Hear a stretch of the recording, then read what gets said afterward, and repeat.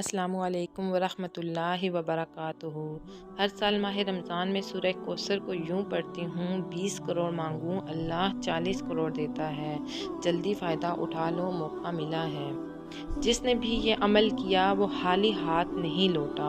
حضرت ابو ہریرہ رضی اللہ تعالیٰ عنہ سے روایت ہے کہ رسول صلی اللہ علیہ وآلہ وسلم نے فرمایا، اللہ رب العزت فرماتے ہیں، جو ایک نیکی لائے گا اس کا 10 گنا ثواب ہوگا اور میں زیادہ اجر ادا کروں گا، اور جو برائی لائے گا تو اس کا بدلہ اسی کے برابر ہوگا یا میں اسے معاف کر دوں گا، اور جو مجھ سے ایک باش قریب آئے گا میں ایک ہاتھ اس کے قریب آؤں گا، اور جو مجھ سے ایک ہاتھ قریب آئے گا میں 4 ہاتھ اس کے قریب آؤں گا، جو میرے پاس چل کے آئے گا میں اس کے پاس دوڑ کر آؤں گا، جس نے پوری زمین کے برابر گناہ کر کے مجھ سے ملاقات کی بشرط یہ میرے ساتھ کسی کو شریک نہ کیا تو میں اس کی مغفرت کر دوں گا۔ محترم ناظرین، آپ خود اندازہ لگا لیں کہ اللہ پاک اپنے بندے سے کتنی محبت کرتا ہے۔ اس لیے جب کوئی مشکل میں ہو، جب کوئی پریشانی ہو، اللہ ہی سے مانگنا چاہیے۔ ارشاد باری تعالیٰ ہے، قسم ہے اس روشن کتاب کی، بے شک ہم نے اسے برکت والی رات میں اتارا ہے، بے شک ہم ڈر سنانے والے ہیں۔ ہر حکمت والا کام اس میں بانٹ دیا جاتا۔ اگر تم ماہ رمضان کے مہینے یہ وظیفہ کر لو گے تو اللہ کی قسم تمہاری زندگی سے ہر مشکلات ایسے نکل جائیں گی جیسے کبھی زندگی میں آئی ہی نہیں۔ یہ اتنا مجرب وظیفہ ہے، جس نے بھی اس وظیفہ کو کیا تھا وہ خود آ کے ہمیں بتا رہے ہوتے ہیں کہ اللہ نے ان پر کتنا کرم کیا۔ اللہ رب العزت نے ایسی گھڑیاں رکھی ہیں، ایسے مہینے رکھے ہیں، اور ماہ رمضان انہی تمام مہینوں میں سے ایسا بابرکت مہینہ ہے جو بندہ اس مہینے میں اپنی حاجت کے لیے دعا مانگے گا اللہ تعالیٰ اس کی ہر حاجت پوری کرے گا۔ ماہ رمضان کا مہینہ اتنی قبولیت کا مہینہ ہے، اس مہینے میں رب کی ذات جھولیاں بھرنے کو تیار ہے۔ کوئی مانگنے والا ہو تو اس بابرکت مہینے میں مانگ لیں۔ جو بندہ اس مہینے میں صرف ایک تسبیح پڑھ لیتا ہے، اگر آپ مشکلات پریشانیوں میں پھنسے ہوئے ہیں، آپ کا کوئی کام پھنسا ہوا ہے، آپ کے راستے میں کوئی رکاوٹ یا بندش ہے، بیٹیاں جوان ہیں، رشتے نہیں ہو رہے ہیں، بچے بے روزگار ہیں، سالوں سے رزق کی تلاش میں مارے مارے پھر رہے ہیں، نوکری نہیں مل رہی، تو آج سے صرف ایک تسبیح پڑھ کر دیکھیں۔ یہ ایک تسبیح ہر مشکل پریشانی کو جڑ سے اکھاڑ پھینکے گی، غربت تنگ دستی کا خاتمہ ہو جائے گا۔ اس مہینے میں آپ کی ہر دعا پر التجا پوری ہوگی۔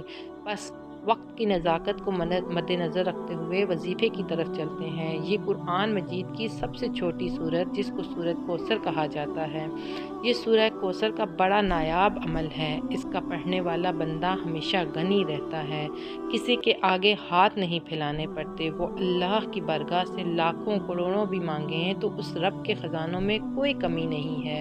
ہر چیز پر اس کی قدرت، ہر چیز پر اس کا قبضہ ہے۔ وہ جس کو چاہے تھوڑا عطا فرماتا ہے، جس کو چاہے زیادہ عطا فرماتا ہے۔ اس کے لیے آپ نے اس رب کریم کی بارگاہ الہی سے التجا کرنی ہے اور یہ کلمات پڑھ لیں کہ اللہ کی بارگاہ میں دعا کرنی ہے۔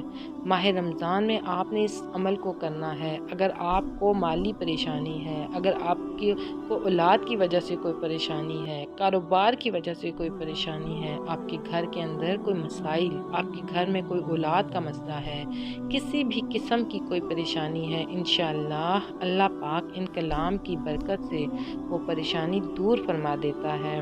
ایک صحابی بیان فرماتے ہیں، اس واقعے کے ساتھ میں بتا دیتی ہوں یہ وظیفے کی حقیقت کیا ہے اور اس وظیفے سے غم اور دکھ کیسے جھڑتے ہیں، کیسے دور ہوتے ہیں، بندے کی پیاس ختم کیسے ہوتی ہے۔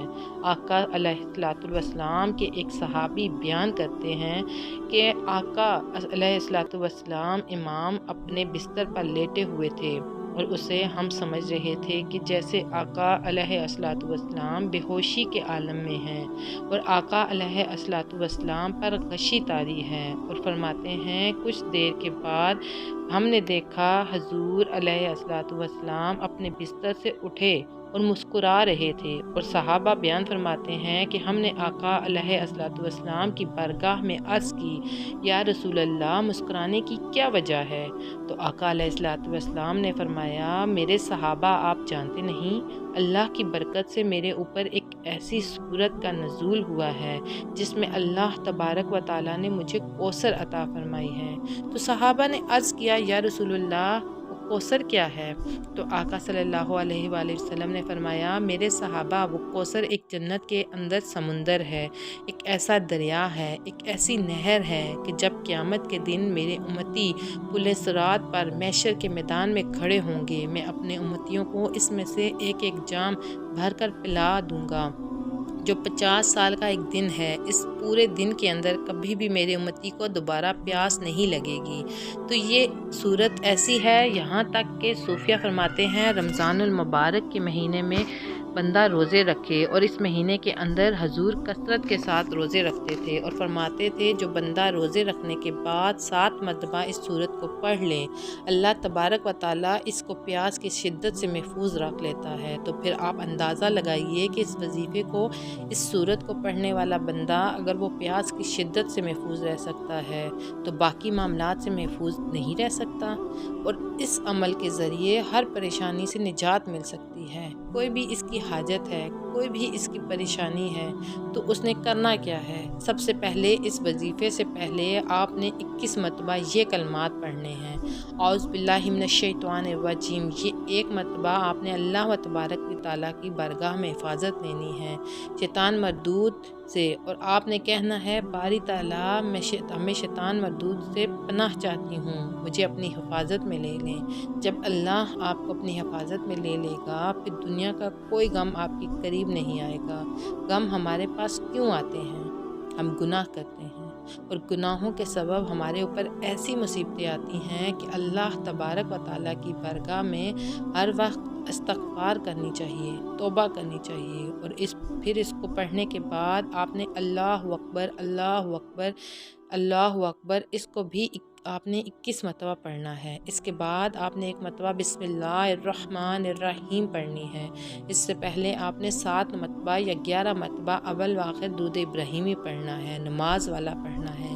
ایک مرتبہ میرے ساتھ پڑھیں، اللہم صلی علی محمد وعلی آل محمد کما صلیت علی ابراہیم وعلی آل ابراہیم انک حمید مجید، اللہم بارک علی محمد وعلی آل محمد کما بارکت علی ابراہیم وعلی آل ابراہیم انک حمید مجید۔ درود پاک پڑھنے کے بعد آپ نے 33 مرتبہ سورہ کوثر پڑھنی ہے۔ بسم اللہ الرحمن الرحیم، انا اعطیناک الکوثر فصلی لربک وانحر ان شانئک ھو الابتر۔ اس کے بعد آپ نے سورہ کوثر کو پڑھنا ہے۔ سورہ کوثر کی پہلی آیت انا اعطیناک الکوثر ہے۔ یہ سورہ قرآن پاک کے 30ویں پارے میں ہے۔ یہ آیات پاک اور بے شمار رحمتوں اور برکتوں کا خزینہ ہے۔ یہ آیات رنج و غم کو دور کرتی ہیں، قلب مومن کو فرحت و شادمانی اور خوشیاں دیتی ہیں۔ یہ صورت بہت ہی پاورفل ہے۔ اس وظیفہ سے ہر جائز خواہش پوری ہوگی، اور آپ کی بڑی سے بڑی پریشانی ختم ہو جائے گی۔ یہ جو عمل ہے جو کسی کو خالی ہاتھ نہیں چھوڑتا، اللہ پاک کہاں سے مالا مال کر دیتا ہے۔ اللہ کے خزانے اتنے وسیع ہیں، اور وہ ذات ایسی ایسی جگہ سے رزق دیتا ہے جہاں پر آپ سوچ بھی نہیں سکتے۔ کہتے ہیں انسان تو اشرف المخلوقات ہے۔ ایک جو کیڑا ہوتا ہے پتھر کے اندر ہوتا ہے، بظاہر آنکھوں سے دیکھ نہیں سکتی کہ وہاں سے کوئی بھی چیز نہیں جا سکتی، اس کو رزق مل سکتا ہے یا نہیں مل سکتا، دیکھ ہی نہیں سکتا بندہ کہ اس پتھر میں کوئی سوراخ ہے اور اس کے اندر کیڑا رہتا ہے یا نہیں۔ لیکن اللہ کی قدرت دیکھیں، اللہ پاک اس کو بھی دے رہا ہے، اس کو بھی پال رہا ہے، تو وہ ذات کیسے ہمیں بھول سکتی ہے؟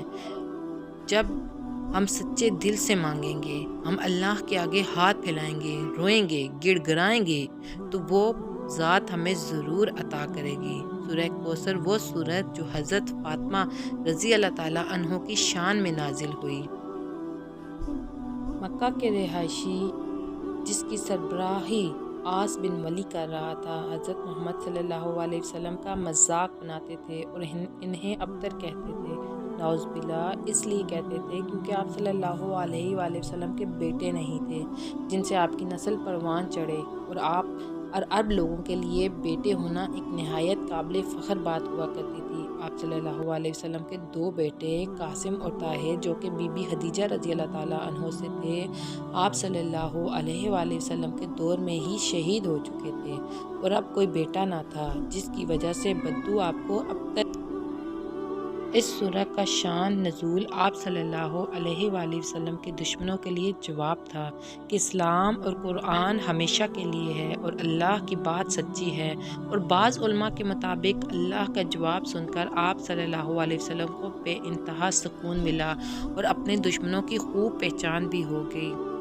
حوض کوثر کی فضیلت حضرت ابو ہریرہ رضی اللہ تعالیٰ عنہ سے روایت ہے کہ شہدائے احد پر نماز جنازہ پڑھی، پھر آپ صلی اللہ علیہ وآلہ وسلم نے ممبر پر آ کر فرمایا، میں حوض کوثر پر تمہارا منتظر ہوں گا۔ حوض کوثر کی چوڑائی اتنی ہے جتنا کہ اعلیٰ کے مقام حجوہ کے مقام تک فاصلہ ہے۔